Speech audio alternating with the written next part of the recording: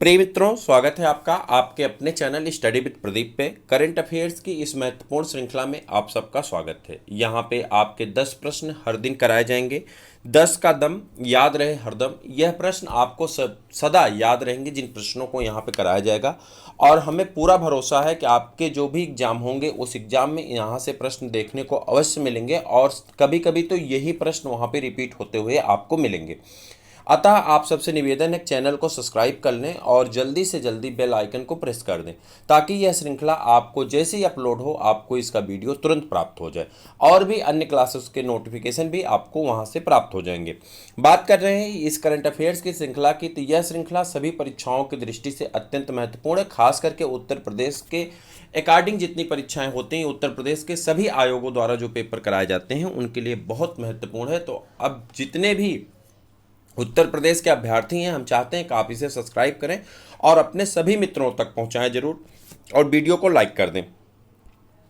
Screen के ऊपर एक प्रश्न आपको दिखाई पड़ रहा होगा, इसका आंसर हम चाहते हैं कि आप जरूर दें। इसका आंसर आप कमेंट करके दीजिए जो आपको आंसर ये दिखाई पड़ रहा है। भारत में सर्वाधिक ध्वनि प्रदूषण वाला शहर कौन सा है? आपको इसका कमेंट में आंसर देना है। 4 ऑप्शन है: मुरादाबाद, कोलकाता, आसनसोल और जयपुर।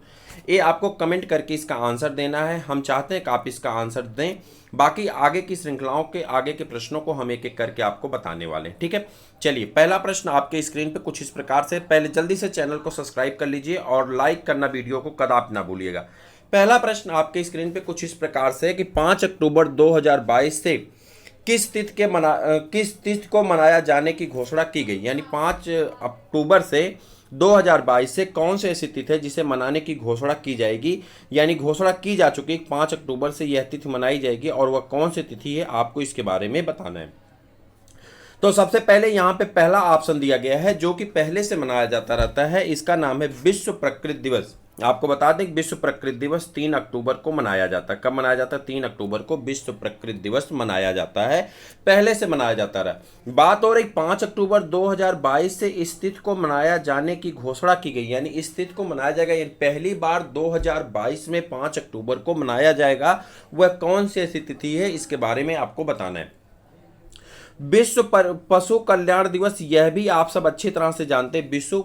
विश्व पशु कल्याण दिवस जो है ये 4 अक्टूबर को मनाया जाता है, तो यह भी आपका नहीं होने वाला आंसर की तरफ बढ़ते हैं। आपका सही आंसर हो जाएगा राष्ट्रीय डॉल्फिन दिवस। ये आपका सही आंसर है, राष्ट्रीय डॉल्फिन दिवस। ये जो है आपका मनाया जाएगा। कब मनाया जाएगा? 5 अक्टूबर को ये मनाया जाता है। कब मनाया जाएगा? 5 अक्टूबर 2022 से मनाया जाएगा, और हर वर्ष 5 अक्टूबर 2022 को राष्ट्रीय डॉल्फिन दिवस के रूप में मनाया जाएगा, ठीक है। उसके बाद चौथा ऑप्शन जो दिया गया है वो आपका दिया गया संयुक्त राष्ट्र दिवस। आप सब जानते हैं ये 24 अक्टूबर को मनाया जाता है। हम भी जानते हैं, आप भी जानते हैं, 24 अक्टूबर को संयुक्त राष्ट्र दिवस मनाया जाता है। परीक्षा की दृष्टि से अत्यंत महत्वपूर्ण है, चूंकि हर एक एग्जाम में कहीं ना कहीं यह देखने को प्रश्न आपको मिल जाता है। अब एक नज़र डालते हैं हम लोग किस पे, यहाँ पे जो है ये राष्ट्रीय डॉल्फिन दिवस पे एक नज़र डालते हैं और कुछ पॉइंट को समझने का प्रयास करते हैं। सबसे पहली पॉइंट जो आपकी नज़र में आएगी वह है किसने घोषणा की और किसने ये जानकारी दी। तो जानकारी दिए हैं केंद्रीय पर्यावरण मंत्री हैं, और केंद्रीय पर्यावरण मंत्री कौन है आप सब लोग जानते हैं। इनका नाम है भूपेंद्र यादव। क्या नाम है? भूपेंद्र यादव। इन्होंने ट्वीट करके इसके बारे में जानकारी दी कि 5 अक्टूबर 2022 से इस दिन को, यानी 5 अक्टूबर को राष्ट्रीय डॉल्फिन दिवस मनाया जाएगा। और ये बात किसने बताई है? भूपेंद्र यादव बताए हैं, जो कि भारत सरकार में केंद्रीय पर्यावरण मंत्री हैं।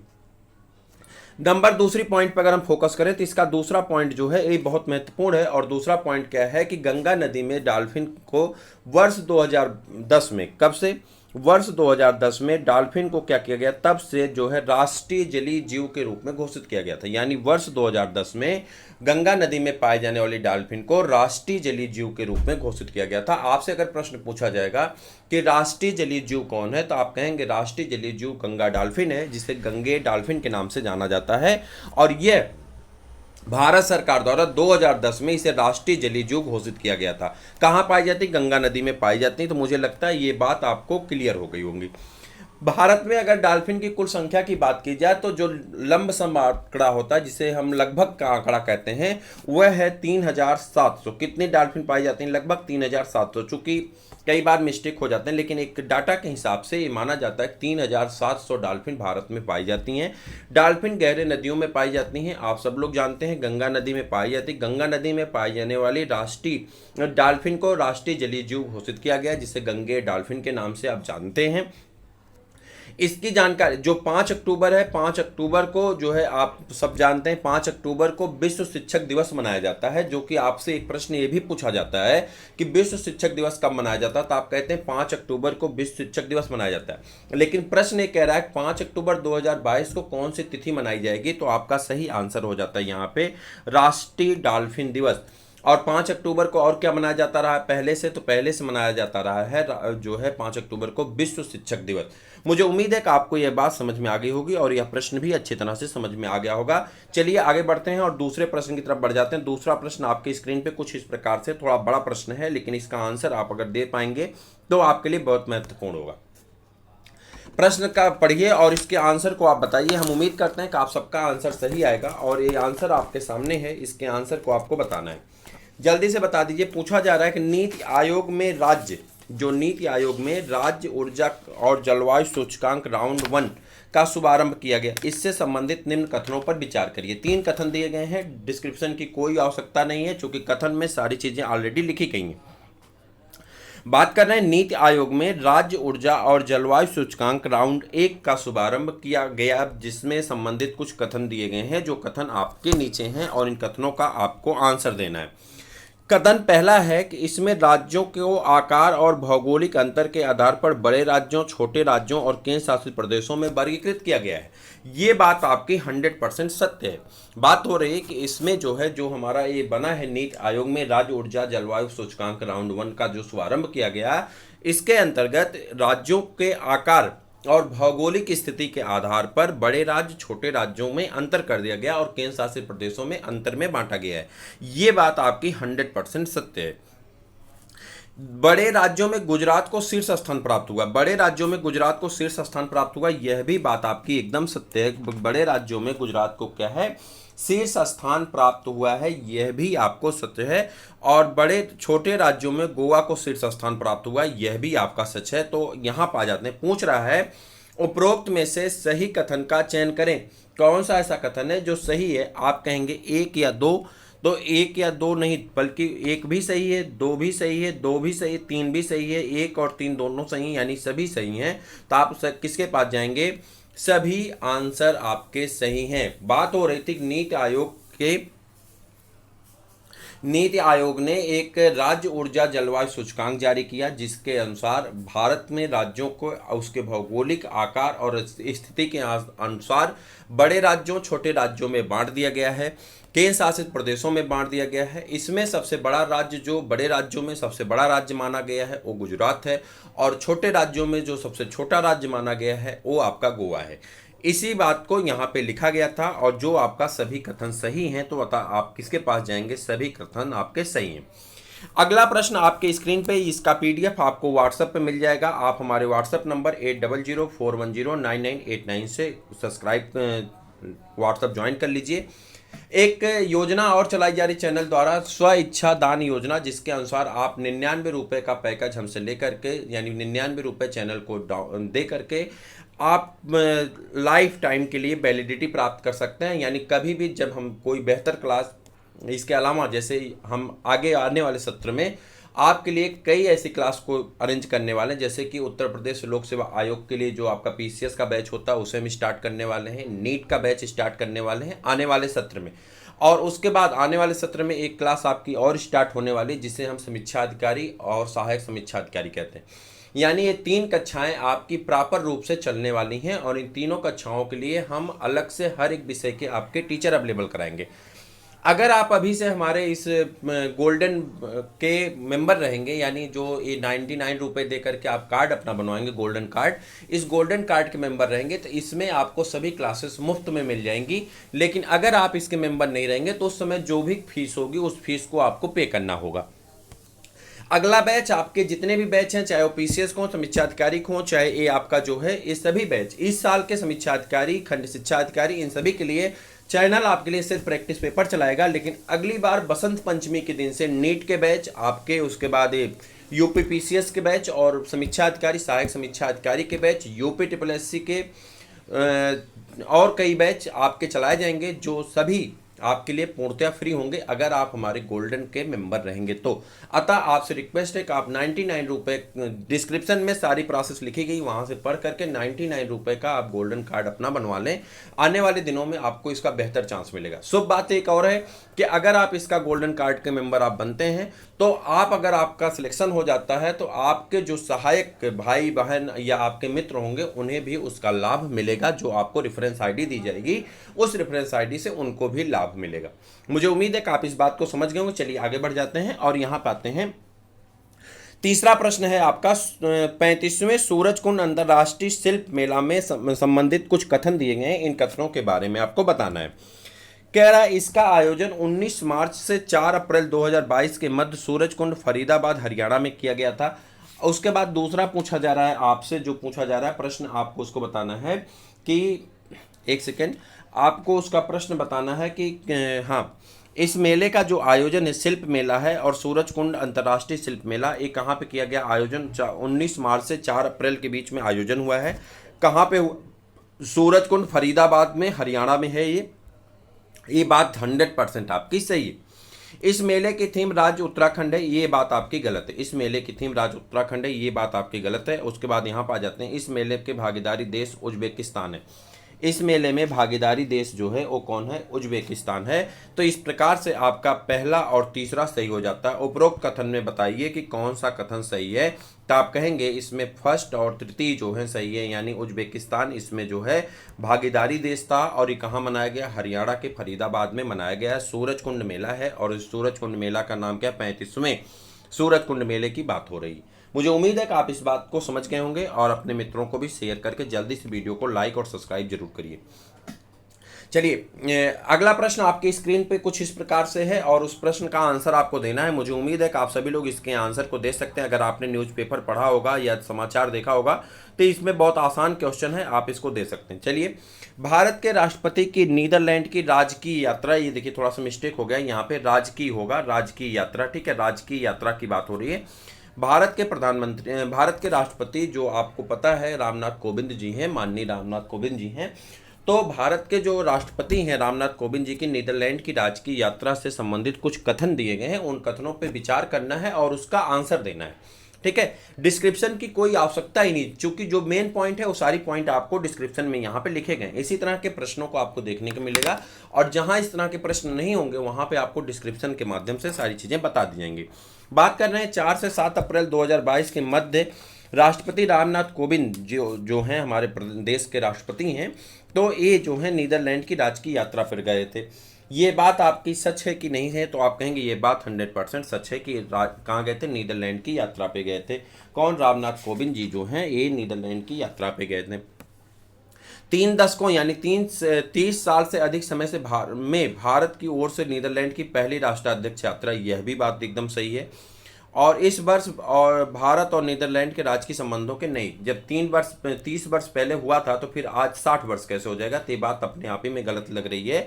और यहाँ पे आप आ जाएंगे तो आपका सही आंसर हो जाता है कौन सा?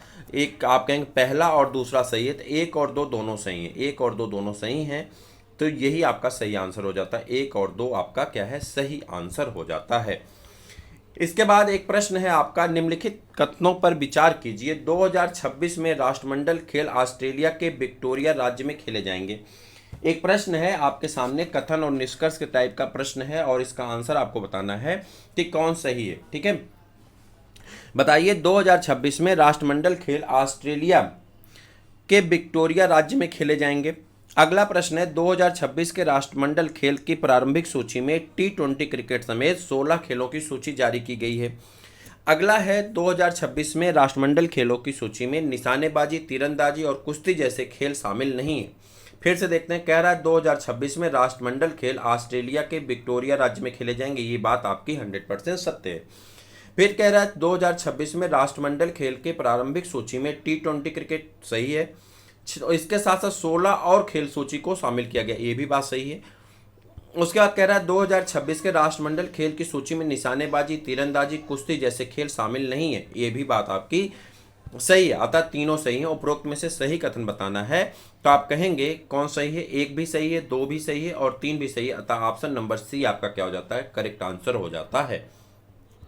अगले प्रश्न की तरफ बढ़ जाएंगे और जो प्रश्न आपके स्क्रीन पे लिखा गया था वह प्रश्न आपके सामने, जो आपके थंबनेल में था वो प्रश्न आपके सामने है। इसका आंसर मुझे लगता है कि आप कमेंट बॉक्स में बता चुके होंगे।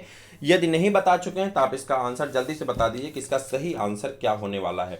भारत के सामने जो है, भारत में सर्वाधिक ध्वनि प्रदूषण वाला शहर कौन सा है, ये आपको बताना है। भारत में सर्वाधिक ध्वनि प्रदूषण वाला शहर बताना है। आपके सामने आंसर 4 ऑप्शन है, उसमें से आपको आंसर बताना है कि कौन सा आंसर आपका सही है। जल्दी से बता दिए, मुरादाबाद, कोलकाता या आपका जो है यहाँ पे 4 ऑप्शन दिए गए, मुरादाबाद, कोलकाता, आसनसोल या ढाका। तो आप कहेंगे कौन सा आंसर सही, मुरादाबाद। मुरादाबाद को पीतल नगरी के नाम से भी जाना जाता है। यह उत्तर प्रदेश के पश्चिमी उत्तर प्रदेश का एक जिला है जिसे हम लोग क्या कहते हैं, पीतल नगरी के रूप में जानते हैं। उत्तर प्रदेश की दृष्टि से ये अत्यंत महत्वपूर्ण प्रश्न आपके किसी भी एग्जाम के लिए, चाहे वो लेखपाल देने जा रहे हो, चाहे वीडियो देने जा रहे हो, चाहे आप जो है सुपर टीटी की तैयारी कर रहे हो या बीईओ या यूपीपीसीएस की तैयारी ही क्यों ना कर रहे हो, सभी परीक्षाओं के लिए अत्यंत महत्वपूर्ण पीतल नगरी यानी मुरादाबाद जो है, इसमें जो ध्वनि प्रदूषण है ये सबसे ज़्यादा है और इसका जो डाटा आया है 114 डेसिबल से ऊपर का डाटा है। तो ये कहीं ना कहीं अत्यंत शोर की श्रेणी में आता है और ये ध्वनि प्रदूषण की श्रेणी में आता है। अगर विश्व में पूछ लिया जाए विश्व में पहला स्थान किसका है, तो विश्व में पहला स्थान ढाका का है, जो आप जानते हैं बांग्लादेश की राजधानी है। और इसका जो डेसिबल है वो कितना है, 119 डेसिबल। कितना है, 119 डेसिबल। ढाका बांग्लादेश की राजधानी का डेसिबल है ध्वनि प्रदूषण के माध्यम से। और जो मुरादाबाद है 114 पे, ये दूसरे स्थान पे, विश्व में दूसरे स्थान पे और भारत में पहले स्थान पे आपका मुरादाबाद है। अगर बात करते हैं तीसरे स्थान की, तो जो विश्व में तीसरा स्थान है इस्लामाबाद है, पाकिस्तान का है। और भारत में अगर हम दूसरे स्थान की बात करें कि भारत में दूसरे स्थान पे कौन सा शहर है, तो भारत की अगर बात करते हैं, भारत में नजर डालें, भारत का दूसरा शहर जो है कोलकाता है, तीसरे पे आसनसोल है। यानी पहली पोजीशन मुरादाबाद की, दूसरी पोजीशन कोलकाता की और तीसरी पोजीशन आसनसोल की है भारत की बात श्रेणी में। विश्व में ढाका पहले स्थान पे है, दूसरे स्थान पे मुरादाबाद उत्तर प्रदेश है और तीसरे स्थान पे पाकिस्तान का इस्लामाबाद है।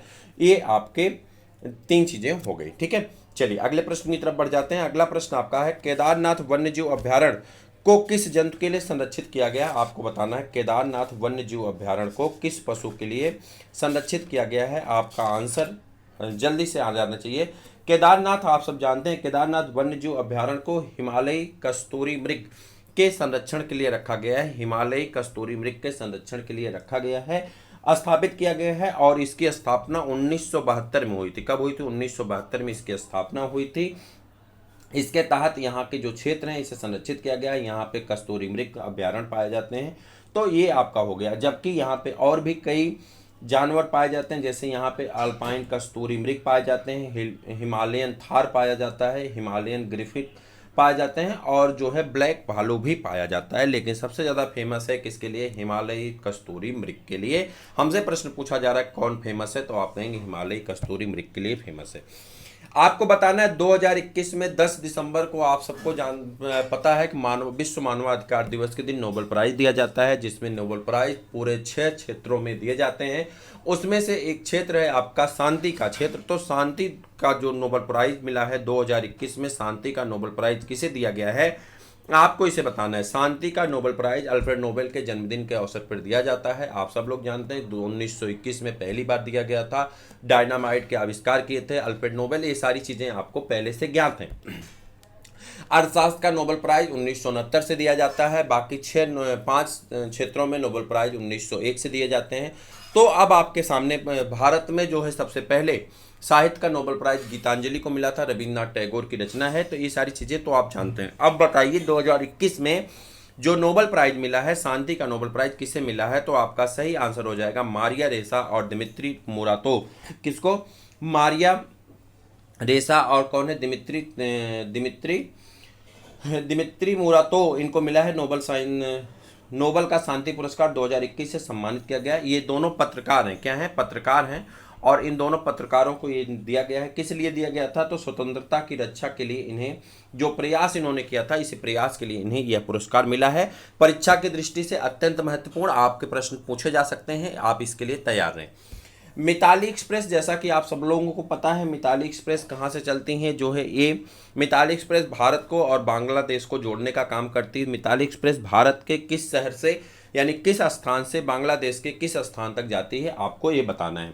प्रश्न आपके सामने है। मिताली एक्सप्रेस एक नई रेल ट्रेन है जिसका हाल ही में उद्घाटन किया गया था। ढाका के किस शहर से भारत को जोड़ती है? भारतीय शहर को जोड़ती है। तो भारत का जो शहर है न्यू जलपाईगुड़ी, कौन है? न्यू जलपाईगुड़ी है। अगर इसकी बात करें तो प्रधानमंत्री नरेंद्र मोदी और उनके जो सहयोग मतलब बांग्लादेश के जो प्रधानमंत्री हैं शेख हसीना हैं, हाल ही में मिताली एक्सप्रेस नाम की एक नई यात्री ट्रेन का उद्घाटन किया गया है। यह बांग्लादेश के सीमावर्ती रेलवे स्टेशन बांग्लादेश का जो चिलाहारी है, कौन है? चिलाहारी है। चिलाहारी बांग्लादेश में है और भारत में जो है चिलाहारी के माध्यम से ढाका को पश्चिमी बंगाल के न्यू जलपाईगुड़ी से जोड़ती, पश्चिम बंगाल के न्यू जलपाईगुड़ी को जोड़ती। तो आपका सही आंसर कौन हो जाएगा? न्यू जलपाईगुड़ी आपका सही आंसर हो जाता है। आगे बढ़ जाते हैं। किस भारतीय डॉक्यूमेंट्री को ऑस्कर 2022 के लिए नामांकित किया गया था? उस भारतीय डॉक्यूमेंट्री फिल्म का नाम बताना है जिसे जो है 2022 के लिए नामांकित किया गया था। तो आप कहेंगे राइटिंग द फायर। कौन सही आंसर है? राइटिंग द फायर आपका सही आंसर हो जाता है। ऑस्कर 2022 में बेस्ट डॉक्यूमेंट्री के लिए नामित होने वाली भारत की राइटिंग द फायर है। राइटिंग द फायर के जो निर्देशक हैं रिंटू थॉमस हैं और सुष्मिता घोष हैं।